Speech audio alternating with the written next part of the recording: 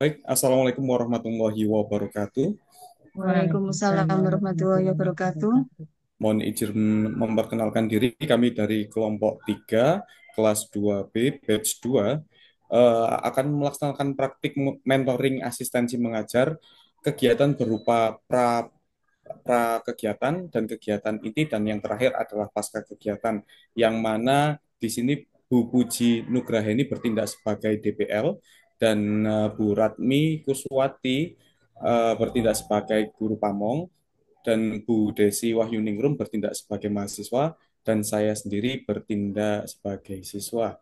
Memasuki kegiatan yang pertama, yaitu prakegiatan. Waktu dan tempat kami persilahkan. Ya, terima kasih Pak Agus. Pada kesempatan ini, kami akan mengadakan kegiatan mentoring untuk asistensi mengajar. Kegiatan ini akan diawali untuk mentoring pra-kegiatan. Selanjutnya, saya persilahkan kepada Bu Ratmi untuk mengawali melakukan mentoring pada kegiatan asistensi mengajar ini untuk pra-kegiatan. Terima kasih Ibu Puji selaku DPL. Selamat pagi semuanya dan selamat pagi pada Mbak Desi nggih, ini sebagai mahasiswa PPL. Nah, bagaimana persiapan Anda, Mbak Desi, untuk mengajar hari ini? Ya, selamat pagi Bu. Saya sudah menyiapkan RPP, media pembelajaran berupa slide interaktif dan juga lembar kerja siswa. Tapi saya masih ragu apakah alokasi waktunya ini cukup atau tidak. Oh, baiklah, mari kita lihat bersama nggih. Ibu pinjam RPP-nya dulu, saya baca singkat. Untuk kegiatan inti, Anda merencanakan diskusi kelompok selama 20 menit. Menurut Ibu, dengan kondisi kelas ini, biasanya siswa butuh waktu lebih lama untuk berdiskusi. Bagaimana kalau kita negosiasikan supaya alokasi diskusi menjadi 25 menit, lalu untuk presentasi kelompok dipadatkan. Oh, baik Bu, jadi diskusi lebih panjang supaya siswa bisa benar-benar menggali jawaban, sedangkan presentasi tiap kelompok cukup singkat sekitar 3 menit gitu ya Bu. Tepat sekali. Nah, selain itu, bagaimana dengan penggunaan media? Apakah Anda sudah menyiapkan antisipasi kalau proyektornya bermasalah?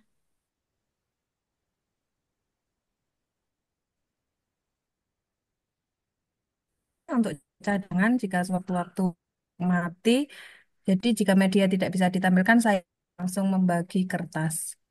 Bagus, itu langkah antisipasi yang tepat. Satu lagi, Ibu sarankan Anda menggunakan pertanyaan pemantik yang sederhana dulu sebelum masuk ke studi kasus, agar siswa tidak kaget. Baik, Bu. Jadi alurnya persepsi dengan pertanyaan sederhana, lalu masuk studi kasus, diskusi diperpanjang, dan presentasi dipadatkan. Saya setuju dengan penyesuaian itu. Baik, kita sepakati ya. Mari kita bersama-sama menuju kelas. Saya setuju dengan apa yang disampaikan Bu Ratmi. Perlu penyesuaian pada persepsi dengan pertanyaan sederhana, lalu masuk studi kasus, dan dilanjutkan presentasi. Perlu juga mengantisipasi jika terjadi kendala, sehingga pada saat mengajar lebih fokus pada intonasi, kejelasan instruksi, dan manajemen waktu. Silahkan bisa langsung menuju ke kelas.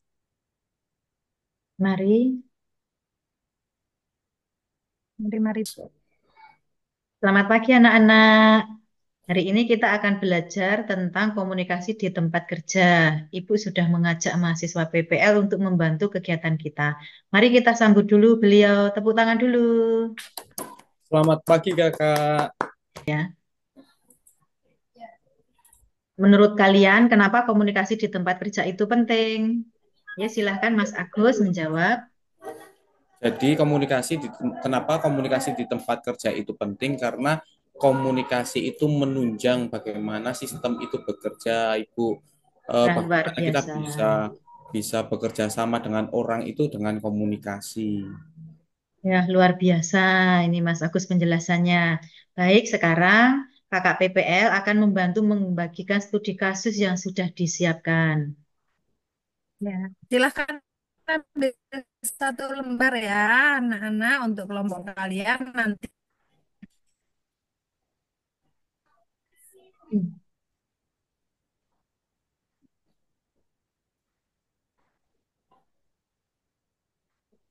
Baik, setelah Ibu menjelaskan mengenai kerja diskusi kelompok ini, kalian punya waktu 15 menit untuk berdiskusi. Kakak PPL akan berkeliling membantu, jadi jangan sungkan untuk bertanya ya.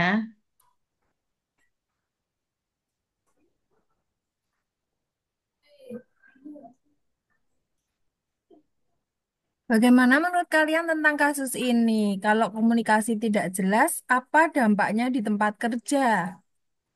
Bisa salah mengerjakan, Kak, karena komunikasinya kurang begitu padu seperti itu. Iya, betul sekali ya. Bisa juga menimbulkan konflik kan?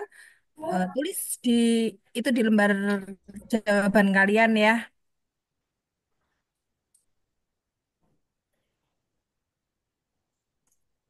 Baik, kalau sudah selesai, kalian bisa presentasi ya, berkelompok bergantian.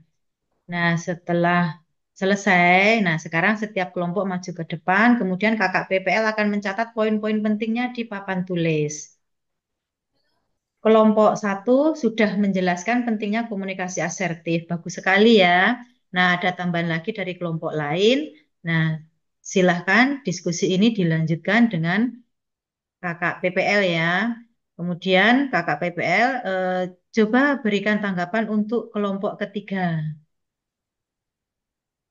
Ya, saya setuju dengan kelompok tiga yang menyatakan komunikasi harus jelas. Mungkin bisa ditambahkan contoh nyatanya seperti apa proyek supaya lebih mudah dipahami. Baik, Kak. Iya, terima kasih. Wah, luar biasa sekali ya kelas kita. Tepuk tangan untuk semuanya. Baik, sebelum kita akhiri, kakak PPL punya pesan untuk kalian. Silahkan, Mbak PPL. Ya, baik. Semua terima kasih. Semuanya sudah semangat ya. Pesan saya, biasakan berkomunikasi dengan jelas dan sangat bermanfaat ketika kalian nanti kerja terjun di dunia kerja di industri. Terima kasih, Kak. Anak-anak, beri tepuk tangan untuk kakak kita hari ini. Tepuk tangan. Baik, demikian adalah kegiatan inti yang sudah dilaksanakan. Memasuki kegiatan yang terakhir yaitu kegiatan pasca kegiatan. Setelah bel selesai berbunyi, guru pamong menutup pelajaran dan siswa keluar kelas. Guru pamong dan mahasiswa PPL kembali ke ruang guru untuk melakukan refleksi. Telah melaksanakan kegiatan asistensi mengajar, selanjutnya kita akan melakukan mentoring pasca kegiatan.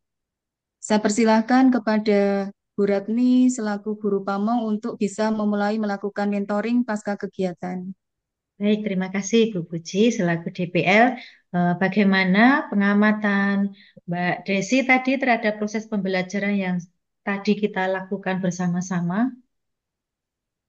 Ya, menurut saya tadi Bu Ratmi, pembelajaran tadi sudah berjalan dengan lancar. Siswa terlihat antusias saat Ibu memberikan studi kasus, terutama ketika diminta untuk berdiskusi. Saya jadi belajar bagaimana Ibu mengatur waktu dan memberi penguatan dengan bahasa yang sederhana. Ya, itu memang salah satu kunci dalam mengajar. Selain penguasaan materi, kita juga harus mampu mengelola kelas dengan baik. Bagaimana menurut Anda cara Ibu memberi instruksi tadi? Jelas, Bu. Tadi sudah sangat jelas. Saya memperhatikan instruksinya singkat, tapi langsung dipahami siswa. Itu yang sering jadi tantangan bagi saya ketika mengajar. Biasanya instruksi saya terlalu panjang. Bagus, kalau Anda menyadari itu. Nah, coba refleksikan bagian mana yang bisa Anda terapkan kalau nanti giliran Mbak Desi mengajar. Ya, saya ingin meniru cara Ibu mengajukan pertanyaan pemantik di awal. Pertanyaannya sederhana, tapi membuat siswa langsung berpikir dan terlibat. Saya juga ingin belajar bagaimana Ibu memberi contoh nyata saat memberi umpan balik. Baik, itu poin penting. Dalam asistensi ini, peran Anda bukan hanya mengamati, tapi juga membantu. Misalnya, tadi saat diskusi kelompok, Anda sudah berkeliling mendampingi siswa. Itu bagus, meski masih bisa ditingkatkan.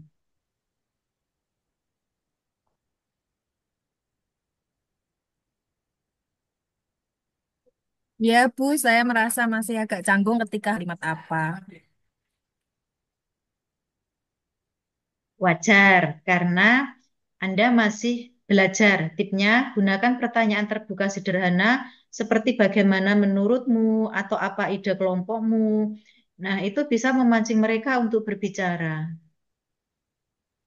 Ya, terima kasih Bu. Saya akan coba terapkan. Jadi pada asistensi mengajar berikutnya, saya akan lebih aktif mendampingi siswa saat diskusi. Bagus. Jadi kesepakatannya, Anda akan berlatih memperpendek instruksi, lebih berani mendampingi siswa saat kerja kelompok, dan belajar memberi contoh konkret saat umpan balik. Ibu akan tetap mendampingi, tapi Anda mengambil porsi lebih banyak. Ya, siap Bu. Terima kasih banyak atas bimbingan dan refleksinya. Ya, saya sampaikan terima kasih kepada Guru Pamong dan mahasiswa PPL yang telah melaksanakan mentoring dengan sangat baik. Kemudian saya sampaikan selamat juga kepada mahasiswa PPL ini, Mbak Desi, karena telah menyelesaikan kegiatan asistensi mengajar. Mari kita berikan aplaus untuk Mbak Desi. Ya, selanjutnya kepada Mbak Desi selaku mahasiswa PPL, tetap semangat ya Mbak untuk melanjutkan kegiatan berikutnya yaitu kegiatan pembelajaran terbimbing. Ya, terima kasih untuk berjalannya kegiatan mentoring pada kesempatan ini. Mari kita akhiri. Wassalamualaikum warahmatullahi wabarakatuh. Waalaikumsalam. Waalaikumsalam warahmatullahi wabarakatuh. Demikian adalah rangkaian pelaksanaan praktik mentoring asistensi mengajar yang berupa prakegiatan, kegiatan inti, dan pasca kegiatan. Kurang lebihnya kami ucapkan permohon maaf sebesar-besarnya, selebihnya kami ucapkan terima kasih. Percakapan diakhiri dengan senyum dan semangat baru bagi mahasiswa untuk mengambil pelajaran dari asistensi mengajar hari itu. Kami akhiri bila taufiq wal hidayah. Wassalamualaikum warahmatullahi wabarakatuh. Waalaikumsalam warahmatullahi wabarakatuh.